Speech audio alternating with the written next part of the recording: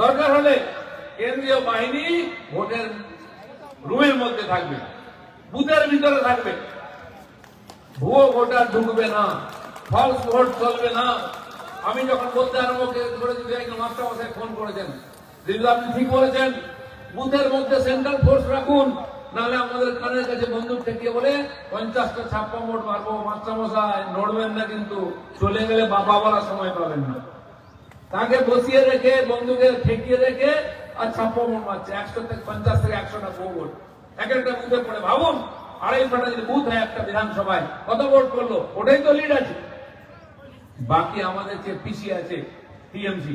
তাই এবারের নির্বাচনে না ভুয়ো ভোট, না ছাপ্পা ভোট। ভোট দেবে পশ্চিমবাংলার যারা ভোটার তারা। তারপরে যদি ইতিহাসের টিএমসি, তারা মানবো হ্যাঁ মানুষের জাজমেন্ট।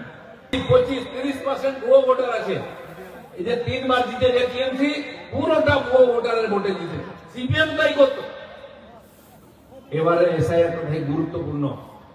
ইলেকশন কমিশন বলছে একটা নামও ভুয়ো ঢুকতে দেবো না, আর অরিজিনাল ভোটারকে বাদ দেবো না। গামছার মতো নিংড়াচ্ছে, টিএমসি লোকের চোখ থেকে জল পড়ছে। একটাও থাকবে না, জেনে রাখুন। আপনারা খালি লাইনে দাঁড়িয়ে ভোটটা দিন। আপনারা অনেকে জিজ্ঞেস করেন আমাকে, লিপদা আমরা তো প্রত্যেকবারে বিজেপিকে ভোট দিই, আপনারা জিততে পারেন না। আমি বলছি হ্যাঁ, এবার দিন জিতে যাবো। বলছে ভোটটা যায় কোথায়? ভোট যায় না কোথাও, ভোটটা বিজেপিতে যায়। তাই 2,40,00,000, 2,38,00,000 ভোট আমরা বারে বারে পেয়েছি।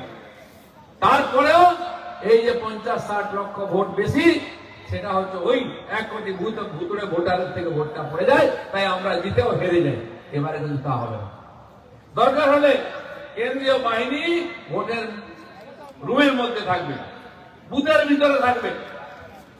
ভুয়ো ভোটার ঢুকবে না, ফলস ভোট চলবে না।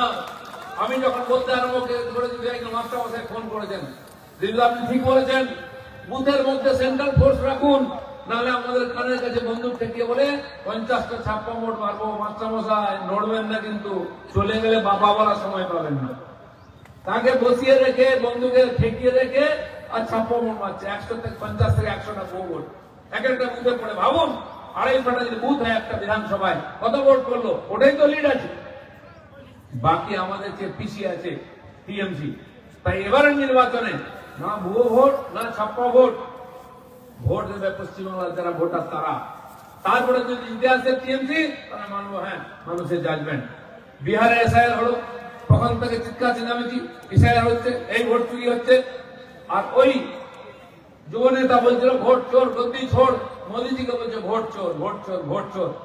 যখন ভোটের রেজাল্ট বেরোলো, মানুষ এমন ধুইয়েছে না, কংগ্রেসকে দূরবীন দিয়ে খুঁজতে হচ্ছে বিহারে।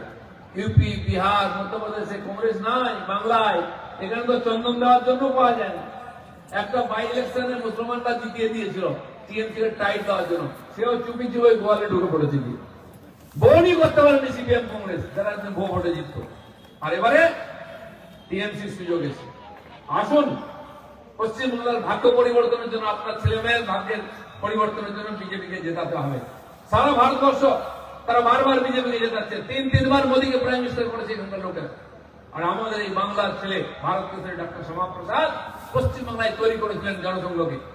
সেটাই আজকে ভারতীয় জনতা পার্টি, মোদীজি আপনাদের যে গ্যারান্টি দিয়েছেন, সেই গ্যারান্টি আমরা রক্ষা করি। সারা ভারতবর্ষের লোক মোদীর গ্যারান্টিতে বিশ্বাস করে। তাই বিহারে শেষ সপ্তাহ পর্যন্ত কে জিতবে, কে জিতবে, বিজেপি জিতবে কি আরজেডি জিতবে, লোকে এমন মারলো ঝাড়ু, কাউকে খুঁজে পাওয়া যাচ্ছে না। বিজেপি বিজেপি বিজেপি চলছে।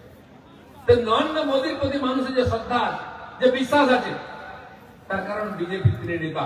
সেই বিজেপি আপনাকে প্রতিশ্রুতি দিচ্ছে। আমরা আছি নরেন্দ্র মোদীর এখানে প্রতিনিধি। আপনার স্বপ্নকে সফল করব। আপনার যে অত্যাচার হচ্ছে, আপনার উপরে যে লুট হচ্ছে, আপনার অধিকার যে ছিনিয়ে নেওয়ার চেষ্টা হচ্ছে, সেটা আমরা ফিরিয়ে দেবো, তার প্রতিবাদ করবো। তাই গ্রামে গঞ্জে শহরে আমাদের কর্মীরা ঝাঁপিয়ে পড়েছেন। 2021 সালে নির্বাচনের পরে যে অত্যাচার হয়েছে আমাদের কর্মীদের, এখনো বহু কর্মী আমাদের বাড়িতে নাই, বাড়ি ভেঙে দিয়ে থাকার মতো নাই, বাংলার বাইরে গিয়ে কাজ করছে। তারা ফিরবে আবার এই ইলেকশনে। বলছে দাদা যাই হোক, এবার ইলেকশনে এসপার ওসপার করতে হবে, আবার এসে কাজ করবে। খালি আপনারা আমাদের সাহস দিয়েছেন, আপনারা সমর্থন করেছেন, আশীর্বাদ করেছেন বলে আমরা বড় বড় কথা বলছি। নরেন্দ্র মোদী প্রধানমন্ত্রী হয়েছেন, এখানে এমপি এমএলএরা বসে আছেন, সবই আপনাদের আশীর্বাদ। যেভাবে এতদিন শক্ত হয়ে আমাদের পিছনে দাঁড়িয়েছিলেন, আবার দাঁড়ান। আপনারা যেটা চেয়েছেন দিন, 2026 সালে সেটা সফল হবে।